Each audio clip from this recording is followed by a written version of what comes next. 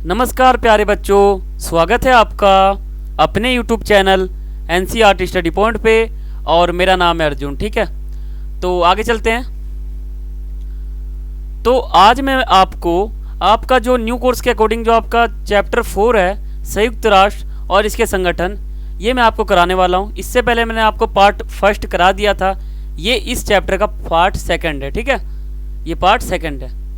और आपने अभी तक हमारे कोर्स को ज्वाइन नहीं किया है या फिर सब्सक्राइब नहीं किया, चैनल को सब्सक्राइब करें और बेल आइकन पर क्लिक करें। ठीक है, तो इस चैप्टर को जो है अंतर्राष्ट्रीय संगठन भी कहते हैं और संयुक्त राष्ट्र और इसके संगठन भी कहते हैं। तो अगर आपने हमारा इस चैप्टर का पार्ट 1 का वीडियो नहीं देखा है तो पहले आप पार्ट 1 को देखो और उसको अच्छी तरह समझो। ठीक है, तब आप पार्ट सेकंड को देखना। अगर आप पार्ट 1 को नहीं देखोगे तो आपको पार्ट सेकंड बिल्कुल समझ नहीं आएगा, क्योंकि पार्ट 1 में मैंने आपको चैप्टर, ये जो संयुक्त राष्ट्र संघ है, ये इस चैप्टर का नाम क्यों रखा गया है, इसका उद्देश्य क्या है, अंग क्या है, एजेंसियाँ कौन सी है, मैंने आपको इसमें सब बता रखा है। इसमें कुछ टॉपिक रह जाते हैं तो मैंने आप इस पार्ट में आपको बताऊंगा।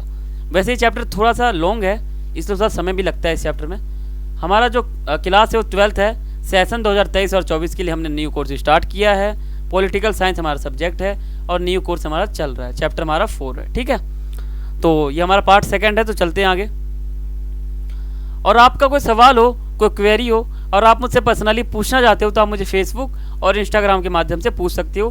दोनों का जो यूजर नेम है वो आप सभी के सामने लिखा हुआ है। आप इंस्टाग्राम पर जाओगे, मेरा यूजर नेम सर्च करोगे तो कुछ इस प्रकार का इंटरफेस आपके सामने ओपन हो जाएगा। आप मुझे वहाँ फॉलो कर लेना और आपका कोई सवाल हो मुझसे पर्सनली पूछ सकते हो। ठीक है, तो चलते हैं आगे।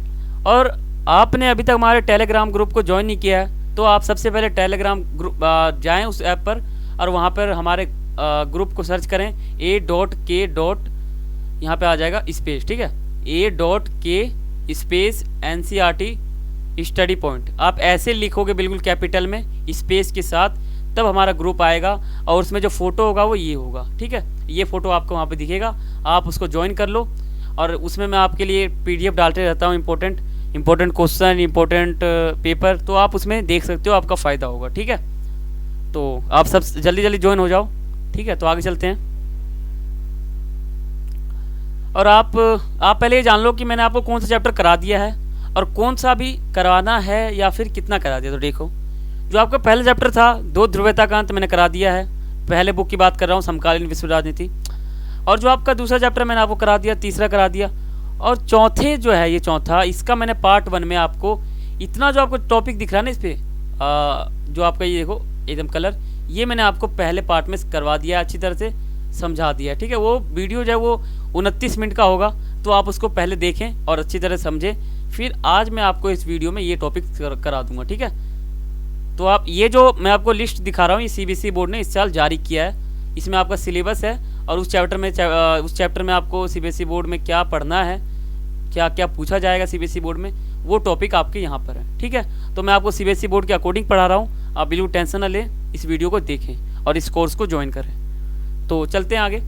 तो मैं आपका चैप्टर पार्ट सेकंड संयुक्त राष्ट्र और इसके संगठन शुरू करता हूँ। ठीक है, तो देखो, मैंने आपको संयुक्त राष्ट्र संघ बता दिया था, उसकी स्थापना कब हुई थी। 24 अक्टूबर 1945 को संयुक्त राष्ट्र संघ की स्थापना हुई थी। भारत इसका सदस्य जो है 30 अक्टूबर 1945 को बना था, तो मैंने आपको सब बता दिया।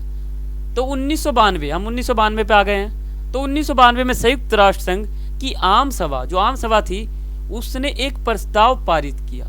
ठीक है, प्रस्ताव पारित किया, उसकी मुख्य 3 शिकायतें थी। देखो, 1992 में संयुक्त राष्ट्र संघ का एक आम सभा है, उसने एक प्रस्ताव पारित किया था। उस प्रस्ताव में 3 शिकायतें थी। कितनी शिकायतें थी? 3 शिकायतें थी।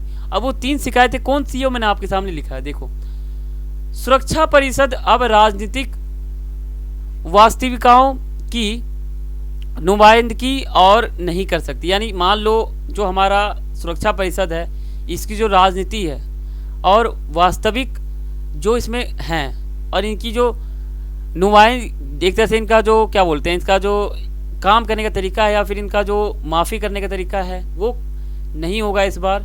ये प्रस्ताव इसने पारित किया। ठीक है, इसके फैसले पर पश्चिमी देशों के हितों की छाप दिखती है।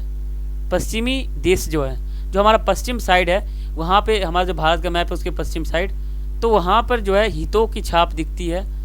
सुरक्षा परिषद में बराबर तथा प्रतिनिधित्व नहीं है, यानी सुरक्षा परिषद में जितने भी सदस्य हैं उनमें बराबर चीज़ नहीं है, उसमें फ़र्क है। ठीक है, थोड़ा सा फ़र्क है उसमें, तो ये गलत है। तो ये 3 प्रस्ताव सन 1992 में संयुक्त राष्ट्र संघ का आम सभा जो है उसने पारित किया था।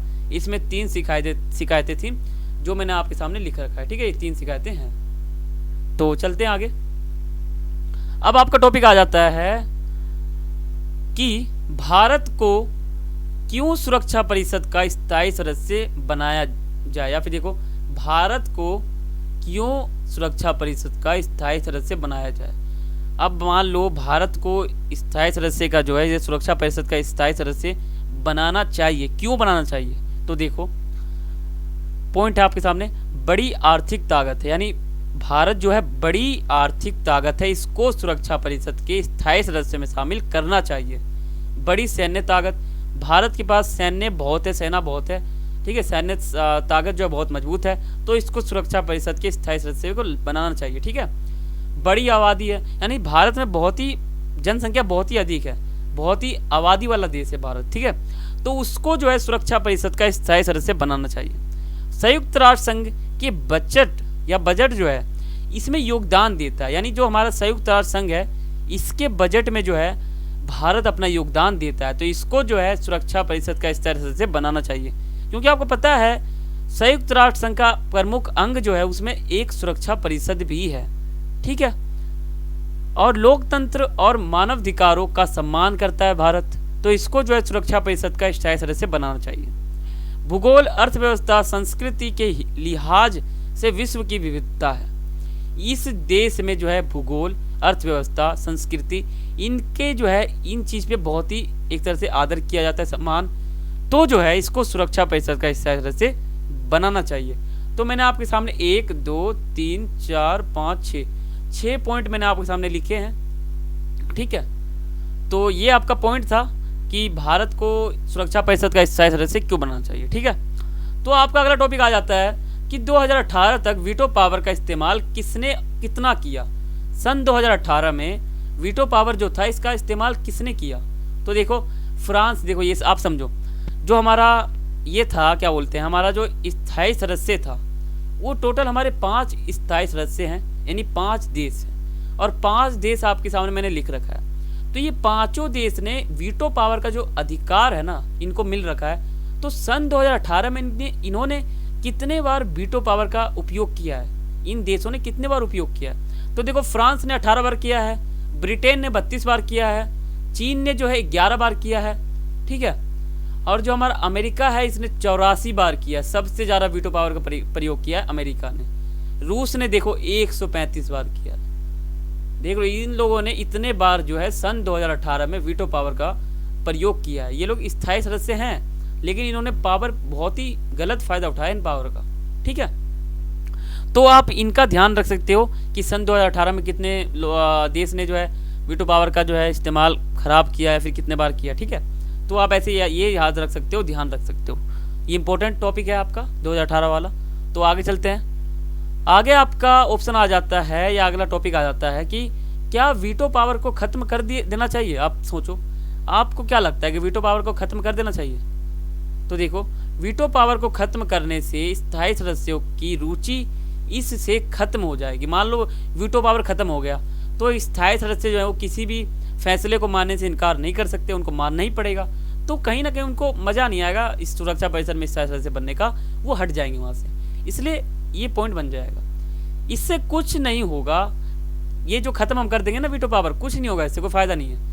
न तो वीटो पावर वाले देश इससे कभी ख़त्म होने देंगे, इसे ख़त्म कोई नहीं होने देगा। जो हमारे स्थायी सदस्य है ना, अगर ख़त्म होगा तो वो लोग विद्रोह करेंगे। ठीक है, वीटो को ख़त्म यानी वीटो पावर को ख़त्म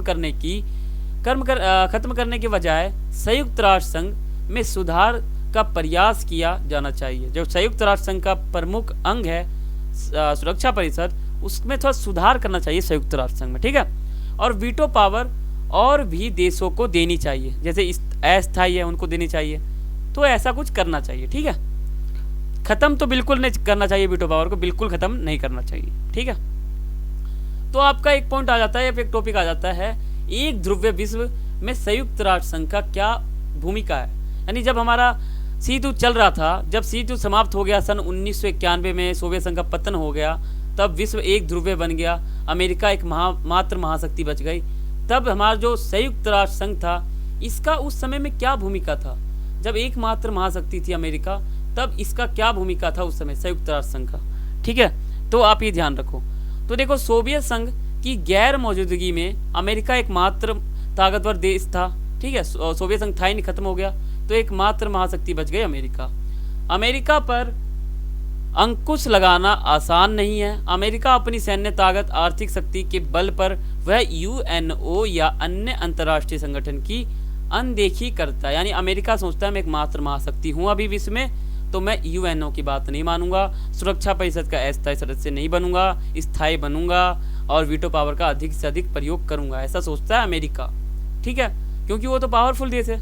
तो यूएनओ में अमेरिका का खास प्रभाव है। देखो, यूएनओ जो है हमारा संयुक्त राष्ट्र संघ, इसमें अमेरिका की बहुत ज़्यादा चलती है। ठीक है, अमेरिका एकमात्र महाशक्ति है, वो बहुत ज़्यादा चलता है अभी। वो अब एक बार पावर अपना दे देगा, या फिर एक बार कुछ अमेरिका कह दिया, अपना प्रस्ताव पारित कर दिया, तो बहुत ज़्यादा अमेरिका का वर्चस्व दिखाई देगा आपको संयुक्त राष्ट्र संघ में। संयुक्त राष्ट्र संघ में अमेरिका का बहुत वर्चस्व है। ठीक है, बहुत ताकत है उसमें। तो यूएनओ में सबसे ज़्यादा योगदान जो है वो अमेरिका है। ठीक है, तो चलते हैं आगे। आगे आपके सामने कुछ पॉइंट है, आप इन सभी टॉपिक को लिख लो, याद कर लो, या फिर समझ लो। याद या रट्टा मत मारो, आप समझोगे तो आपको समझ में आएगा। अमेरिका की वित्तीय ताकत बेजोड़ है। अमेरिका की जो वित्तीय ताकत है वो बहुत ही, तकनीक के मामले में बहुत ही मजबूत है अमेरिका। इसलिए यूएनओ पर वो अपना वर्चस्व दिखाता है, ताकत दिखाता है। ठीक है, और जो यूएनओ है, इसकी अमेरिकी भू क्षेत्र, जो भूमि है, जो भूमि का क्षेत्र है, वो बहुत ही ज़्यादा है। यूएनओ में बहुत सारे नौकरशाही अमेरिकी नागरिक हैं। वीटो पावर भी है यूएनओ में। महासचिव के चुनाव में अमेरिका की बात वजन रखती है। यानी मान लो महासचिव जो है, इसमें चुनाव अगर हो गया, तो अमेरिका की बात जो है वो महासचिव के चुनाव में बहुत ही वजन रखती है, बहुत ही इंपॉर्टेंट है।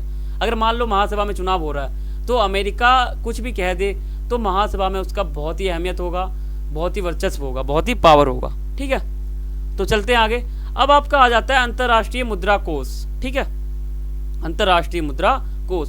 तो देखो, मुख्यालय जो है इसका वाशिंगटन में है, डीसी। ठीक है, सदस्य 189 हैं लगभग में। उद्देश्य जो है अंतर्राष्ट्रीय मौद्रिक सहयोग को बढ़ावा देना, व्यापार नीति बढ़ाना। ठीक है, अंतर्राष्ट्रीय व्यापार की मात्रा में संतुलन लाना। ठीक है, वित्त व्यवस्था की देखरेख करना, ये अब इसका काम हो जाता है अंतर्राष्ट्रीय मुद्रा कोष।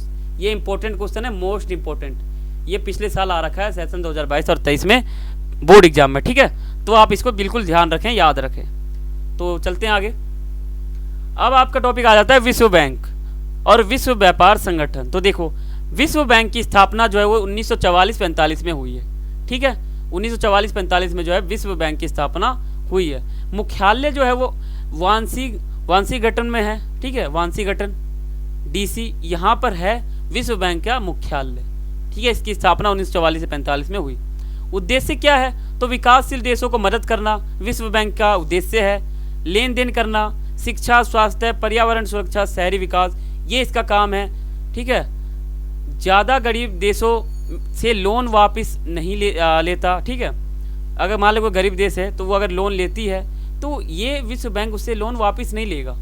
तो ये सब इसके उद्देश्य हो जाते हैं। स्थापना इस दिन हुई थी, इसका मुख्यालय यहाँ पर है। और जो हमारा विश्व व्यापार संगठन है, इसकी स्थापना 1995 में हुई थी। उत्तराधिकार जो है वो गेट का है, इसको माना जाता है, यानी जनरल एजरमेंट। ठीक है, ऑफ ट्रेड एंड ट्रैफिक। ठीक है, उद्देश्य क्या है? तो व्यापार के नियम को बनाना, व्यापार में मदद करना, मुक्त व्यापार को बढ़ाना। विश्व व्यापार का मतलब क्या होता है? लेन देन करना। स्थापना इनके यहाँ पे हुई थी। उत्तराधिकारी इनका ये बन गया था। इनका फुल फॉर्म ये, आप फुल फॉर्म याद रख लो, आप इंपॉर्टेंट है। उद्देश्य इनका ये है। ठीक है, तो आपको दोनों समझा दिया, विश्व बैंक और विश्व व्यापार संगठन। तो चलते हैं आगे।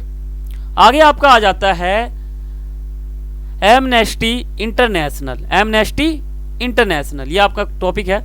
ये उतना इंपॉर्टेंट नहीं है जितना मैंने आपको पीछे बताया। ठीक है, स्वयं सेवी संगठन है ये जो है एमनेस्टी इंटरनेशनल जो है ये एक स्वयं सेवी संगठन है, खुद पे निर्भर रहने वाला, मानव अधिकारों की रक्षा करता है ये एमनेस्टी इंटरनेशनल संगठन। ठीक है, और जो है मानव अधिकारों से संबंधित रिपोर्ट छापता है, सरकारों का दुर्व्यवहार बताता है, मानव अधिकारों की रक्षा करता है, जागरूक करता है। ठीक है, तो ये सब इसके काम है। तो चलते हैं आगे।